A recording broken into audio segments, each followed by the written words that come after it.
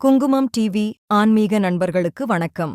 அனைத்து மதங்களிலும் உலகம் முழுவதும் கடவுளை வழிபடுவதற்கு பூக்களுக்கு முக்கியமான பங்கு உண்டு. பூக்கள் அதன் தன்மையாலும் அதன் நறுமணத்தால் கடவுளை வழிபடுவதற்கு உகந்ததாக கருதப்படுகிறது. பூக்களின் அழகான தோற்றமும் அதன் நறுமணமும் மனித மனங்களுக்கு மிகப்பெரிய சந்தோஷத்தையும் நிம்மதியும் தருகிறது. பூக்கள் கொண்டு வழிபடுவது பக்தியின் அடையாளமாக கருதப்படுகிறது. நம் ஒவ்வொருவருக்கும் விருப்பமான மலர்கள் இருப்பது போல ஒவ்வொரு தெய்வங்களுக்கும் விருப்பமான மலர்கள் உண்டு. அந்த தெய்வங்களுக்கு பிடித்தமான பூக்களை கொண்டு பூஜித்தால் நிறைய நன்மைகள் மட்டுமல்ல, நம் வேண்டுதலுக்கான பலனும் கிடைக்கும் என்பது நம் முன்னோர்களின் நம்பிக்கை.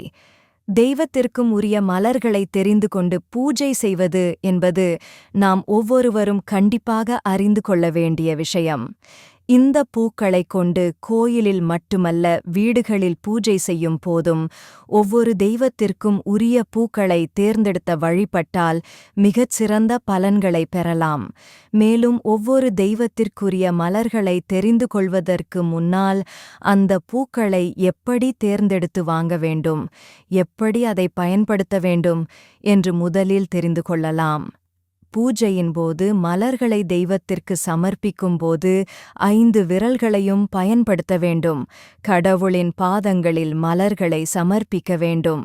நீங்கள் தினமும் மலர்களை கொண்டு பூஜிக்க நினைத்தால் மலர் செடிகளை வீட்டிலேயே வளர்த்து கொள்வது நல்லது. இதனால் உங்கள் கடவுள்களுக்கு தினமும் புத்தம் புது மலர்களை நம்மால் பூஜைக்கு பயன்படுத்த முடியும். கண்டிப்பாக குளித்த பிறகுதான் பூக்களை பறிக்க வேண்டும். பூக்களை கடைகளில் வாங்கும்போது கூடிய மட்டும் கோயில் அருகிலுள்ள பூக்கடைகளில் கூட உங்கள் பூஜைக்கான பூக்களை வாங்கிக் கொள்ளலாம். ஏனென்றால் பெரும்பாலும் கோயில் அருகில் இருக்கும் கடைக்காரர்களுக்கு எந்தெந்த தெய்வங்களுக்கு எந்தெந்த பூக்களை அர்ச்சிக்க வேண்டும் என்று நன்றாக தெரியும். அடுத்ததாக ஒவ்வொரு தெய்வங்களுக்கும் உகந்த பூக்கள் என்ன என்று பார்க்கலாம் வாருங்கள். பிள்ளையாருக்கு உகந்த மலர்கள் சிவப்பு நிற மலர்கள் ஆகும். சிவப்பு நிற செம்பருத்தி பூ அவருக்கு மிகவும் பிடித்தமான ஒன்று. செம்பருத்தி பல வண்ணங்கள் இருந்தாலும் குறிப்பாக சிவப்பு நிறத்தை தேர்ந்தெடுப்பது மிகவும் நல்லது. மேலும் தாமரை, சாம்பா, ரோஜா, மல்லிகை, மஞ்சள் மற்றும் ஆரஞ்சு நிற சாமந்தி போன்றவற்றையும் விநாயகருக்கு சமர்ப்பிக்கலாம். இதை தவிர்த்து அருகம்புல் மற்றும் வில்வ இலைகள் மற்றும் மூலிகை இலைகள் போன்றவற்றையும் பூஜைக்கு நாம் பயன்படுத்தலாம். மேலும் கணபதி பூஜை செய்யும் போது 21 விதமான மலர்கள் மற்றும் இலைகள் பயன்படுத்தப்படுகிறது. சிவபெருமானுக்கு பிடித்த மலர்களை பற்றி பார்ப்போம். வெள்ளை நிற மலர்கள் சிவபெருமானை வழிபட உகந்த மலர்கள் ஆகும். மகிழம்பூ, நீல நிற தாமரை கிடைக்காவிட்டால் இளஞ்சிவப்பு அதாவது பிங்க் நிற தாமரை அல்லது வெள்ளை தாமரையை சமர்ப்பிக்கலாம். செவ்வரளி போன்றவற்றை கொண்டும் பூஜிக்கலாம். வில்வ இலைகள் 9 அல்லது 10, ஊமத்தம்பூ, நாகசேர்ப்பூ, பாரிசாதம் மற்றும் எருக்கம்பூ போன்றவற்றை சமர்ப்பிக்கலாம். வில்வ இலைகள் சிவன் பூஜையில் கண்டிப்பாக இடம்பெற வேண்டும், மறந்துவிட வேண்டாம். கம்பு தானியம் போன்றவையும் சிவ பூஜைக்கு பயன்படுத்தப்படுகிறது. வில்வ இலைகள் பாதி பூச்சியினால் அரிக்கப்பட்டிருந்தால் அது பூஜைக்கு ஏற்றது அல்ல. அந்த இலைகளை தவிர்த்துவிட வேண்டும். அடுத்ததாக துர்க்கை அம்மன். சிவப்பு நிற மலர்களான செம்பருத்தி, தாமரை, குண்டுமல்லி மற்றும் வில்வ இலைகள் போன்றவை துர்க்கை அம்மனுக்கு மிகவும் பிடித்தது. இவற்றைக் கொண்டு நாம் பூஜை செய்யலாம். பார்வதி தேவி. சிவனுக்கு படைக்கப்படும் எல்லா மலர்களும் அன்னை பார்வதி தேவிக்கும் அர்ச்சிக்கலாம். அதைத் தவிர வில்வ இலைகள், வெள்ளை தாமரை, புல் மலர், சாம்பா, சம்பங்கிப்பூ, முட்கள் நிறைந்த பூக்கள், சாமலி வகை பூக்கள் போன்றவற்றைக் கொண்டு பூஜிக்கலாம். விஷ்ணு. இவருக்கு தாமரை மலர்தான் மிகவும் பிடித்தது. இளஞ்சிவப்பு அதாவது பிங்க் நிற தாமரை, குண்டுமல்லி, மல்லிகை, சாமலி பூக்கள், சம்பங்கிப்பூ, வெள்ளை கதம்பு பூக்கள், துளசி இலைகள் அவருக்கு மிகவும் பிடித்தமான ஒன்றாகும். துளசி இலைகள் 1, 3, 5, 7, 9 என்ற எண்ணிக்கையில் சமர்ப்பிக்கலாம். மகாலட்சுமி. மகாலட்சுமிக்கு விருப்பமான மலர் தாமரை ஆகும். இளஞ்சிவப்பு தாமரை, மஞ்சள் சாமந்தி, நாட்டு ரோஜா, வில்வ பழம் போன்றவற்றைக் கொண்டு அர்ச்சிக்கலாம். ராமர். சாமலி பூ 4 என்ற எண்ணிக்கையில் படைக்கலாம். அனுமான். சாமளி பூக்கள், துளசி மாலை அல்லது எருக்கம் இலை மாலை அணிவிக்கலாம். தாத்தாரேயர் மல்லிகைப்பூ 7, வில்வ இலைகள், அத்தி மர இலைகள் போன்றவற்றை படைக்கலாம். கிருஷ்ணர் துளசி இலைகள் கடவுள் கிருஷ்ணனுக்கு மிகவும் உகந்தது. நீல நிற தாமரை, பாரிசாதம், நந்தியாவட்டம் போன்ற மலர்களைக் கொண்டு அர்ச்சனை செய்யலாம். பிரம்மா நந்தியாவட்டை மற்றும் வெள்ளை நிற தாமரை கொண்டு பூஜிக்கலாம். சரஸ்வதி வெள்ளை நிற தாமரை, வெள்ளை நிற பூக்களைக் கொண்டு வழிபடலாம். மகாகாளி மஞ்சள் நிற அரளி பூ கொண்டு பூஜிக்கலாம். சனீஸ்வரர் நீல நிற மலர்களைக் கொண்டு பூஜித்தால் நல்லது.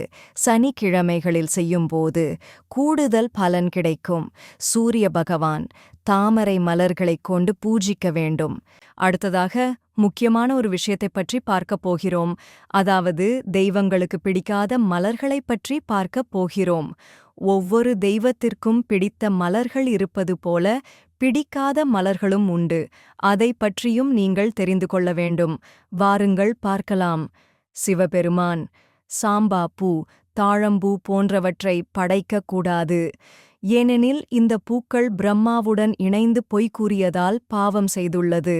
விநாயகர் தாழம்பூ, துளசி போன்றவற்றை சமர்ப்பிக்கக்கூடாது. பார்வதி தேவி நெல்லிக்காய், மலை எருக்கம்பூ போன்றவற்றை சமர்ப்பிக்கக்கூடாது. விஷ்ணு அக்ஷதா பூக்களை விஷ்ணுவிற்கு பயன்படுத்தக்கூடாது. ராமர் அரளிப்பூக்களை படைக்கக்கூடாது. சூரிய பகவான் வில்வ இலைகளை சமர்ப்பிக்கக்கூடாது. பைரவர் நந்தியாவட்டம் பூக்களை சமர்ப்பிக்கக்கூடாது. மேலும் இப்போது பூக்களை எவ்வாறு பறிப்பது, எவ்வாறு தேர்ந்தெடுப்பது என்று இப்போது பார்க்கலாம். மாலை நேரத்தில் பூக்களை பறிக்கக்கூடாது. பூக்களை பறிக்கும்போது கண்டிப்பாக செடிக்கு நமது நன்றியை தெரிவிக்க வேண்டும். பூக்களை பறிக்கும்போது மந்திரம் ஓதிக்கொண்டு செய்வது நல்லது. நிலத்தில் உதிர்ந்த பூக்களை எடுக்கக்கூடாது. வாடிய தூசி படிந்த மலர்களை பறிக்கக்கூடாது. மலராத பூக்களையும் பறிக்கக்கூடாது. நன்றாக மலர்ந்த பூக்களை மட்டுமே பறித்து படைக்க வேண்டும். பூக்களைக் கொண்டு பூஜை செய்யும்போது செய்யக்கூடாதவை என்ன என்று பார்க்கலாம். பூக்களின் மொட்டுகளை சமர்ப்பிக்கக்கூடாது. ஆனால் சம்பங்கி பூ மற்றும் தாமரை மொட்டுகளை மட்டும் படைக்கலாம். திருடியோ அல்லது தானம் வாங்கியோ பூக்களை படைக்கக்கூடாது. பூக்களை பறித்த பிறகு சுத்தமாக நீரில் கழுவிய பிறகே சமர்ப்பிக்க வேண்டும்.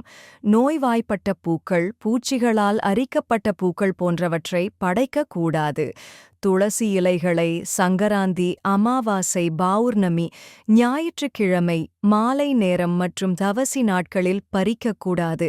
தாமரை 5 நாட்கள் வரை வாடாமல் அப்படியே இருக்கும். வில்வ இலைகள் கிடைக்காத சமயத்தில் ஏற்கனவே கடவுளுக்கு படைக்கப்பட்ட வில்வ இலைகளை கழுவி மீண்டும் பயன்படுத்திக் கொள்ளலாம். குங்குமம் டிவி சேனலுக்கு சப்ஸ்கிரைப் செய்யவும். மேலும் உங்கள் நண்பர்கள் மற்றும் உறவினர்களுக்கு ஷேர் செய்து உங்கள் அன்பான ஆதரவை எங்களுக்கு தரும்படி கேட்டுக்கொள்கிறோம். உடனடி அப்டேட்களுக்கு பெல் ஐகானை கிளிக் செய்யவும். எங்களுக்கு தொடர்ந்து ஆதரவளித்து வரும் குங்குமம் டிவி ஆன்மீக அன்பர்களுக்கு எங்கள் நன்றியும் வணக்கமும்.